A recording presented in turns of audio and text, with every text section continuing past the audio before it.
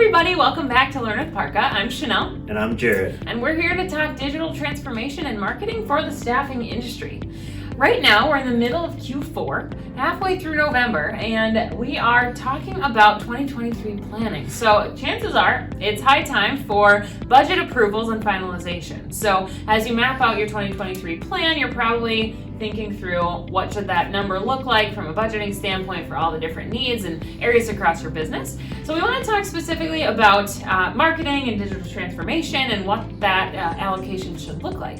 But before we get into that, what we first want to talk about is just goals and objectives, right? You can't just choose an arbitrary number if you don't know where you're headed. So when we think about goals and objectives, we're thinking about, on the employer side of things, your mission statement, your vision statement, your core values, like who you are as a business. Of course, you have, that is the gold standard or the foundation of how you operate, right? That's your North Star internally of how you run as a business. But on the other side, there's a whole measurement strategy, right? What business goals do you have? What business KPIs need to be hit in order to succeed in the year ahead? So think about, metrics around recruiter efficiency, around total jobs, or total number of placements, or close rates, or things like that. So that's where you have to start. You have to look at what business goals do we have in mind for the year ahead, and how are we going to back that into milestones, KPIs, and ultimately a budget to be able to support that.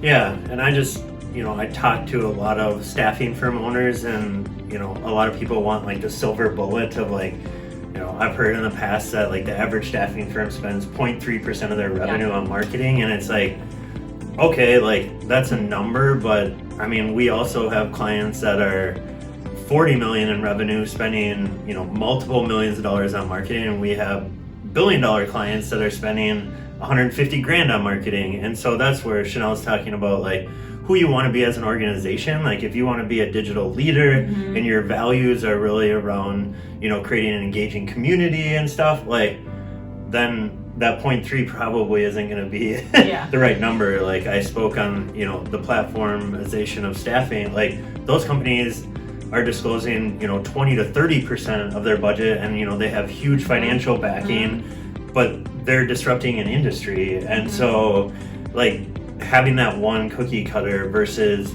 hey, I want to either from the business measurement strategy side or the culture, mission, vision, value side, like if you don't have a true north, like just going off some industry statistic, it's not going to drive your business forward. Then you're just, spending that amount just to say you did what the industry did. Like that's not that's not how you differentiate yourself as a business. So the second being that candidate communities or digital transformation, connected recruiting, whatever word you want to use. A lot of the people I've been talking to recently are like, well, last year my marketing budget was this, and I didn't get the results that I thought I was going to get.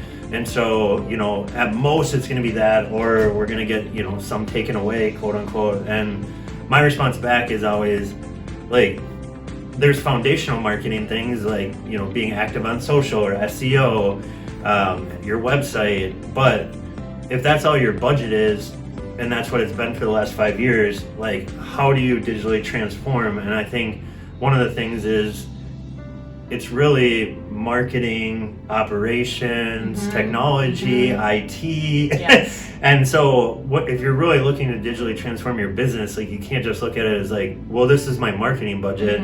Like how do you create, we talked at ASA, we talked at TechServe about kind of de-siloing breaking down those cross-departmental barriers, And that's how, like, when you're talking about building a candidate community and really engaging with those candidates in this time we're in a, extreme shortage, it can't be a linear process. And so, I would definitely consider firms that are really looking to make a splash, in 2023 in really growing their presence, through all digital mediums. Like don't look at it in isolation. Yes.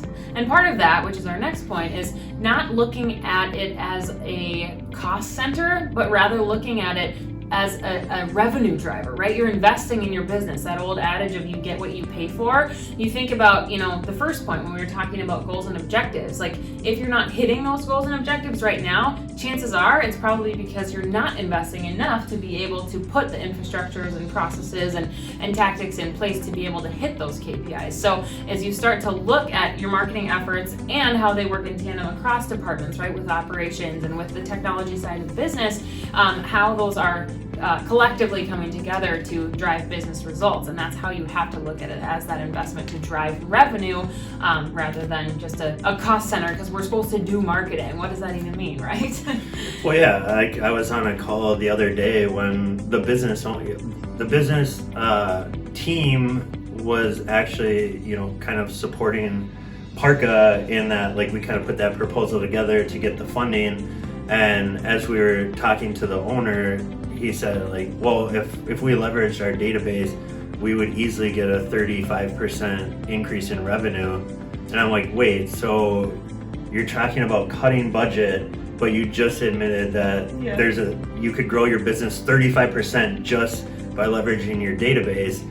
What, like, that has, I don't know, for every company that might mean 10 million, it might mean 100 million, but like 35% growth of a company in a year is a good thing. And so my challenge was to go back to them and say, like, if your goal is to grow 35% and Parqa can put something in front of you that obviously you can't guarantee anything, but like if we put a solid business story together that we can effectively get that number, like, what is that worth to you? And the reality is it's probably millions, and they're not going to be paying us millions of dollars. Like, so just thinking of it in that way. But anyways, the next point being that when we were at TechServe Alliance, there's a group called ITR Economics, and it's a guy I've heard speak many times throughout my professional career, even before staffing. And I think our world gets so caught up in the news media and the social platforms and all of that, and you hear all this stuff about like massive recessions and blah blah blah. And he did a really, as an economist, obviously it's all data based, and so they were looking at a lot of the leading indicators of business cycles. And I think people forget that, especially in staffing, but a lot of other industries, like coming out of COVID, like this industry did a hockey stick. Yes. Like Yes. It went berserk and like everything was going crazy. Most of our clients and people I talked to like making money hand over fist and growing at rates they never have grown at. And so the idea that that Brian was talking about was that, like when you're going hockey stick and then like something comes down to like 2% from 8%, like that doesn't necessarily mean the world's like ending tomorrow. It means you went through a sustained period with, insane growth, like free money, like, and so things are going to tighten up a little bit, but as a leading economist, like he is not seeing a massive recession in the next 12 to 18 months. And so I think businesses, in my opinion, kind of have to get over the hump of like, well, we got to cut everything back, we're going into a recession. Like if you lose a year just not putting the capital that you probably have from like a really strong growth year to work for you, like you're actually probably going to go backwards. And obviously that's not what we want for our clients or the industry. Right. So Right. And that really leads into our last point, which is when we have times of stability, in these seasons of stability, it's the perfect time to invest back into these key initiatives that are going to drive success for the long haul, that are going to equip your firm to be able to go the distance, right? To have the legs to go. And so this season where things are, yes, you're crazy busy, everyone's tapped, heads down, making placements, right? Doing your day job. But it's now is a really, really good time to put the effort in, to put the time in, to enable that future growth from here. So that's what we've got for you this week. Thanks so much for hanging out and spending time with us, and we will see you next time.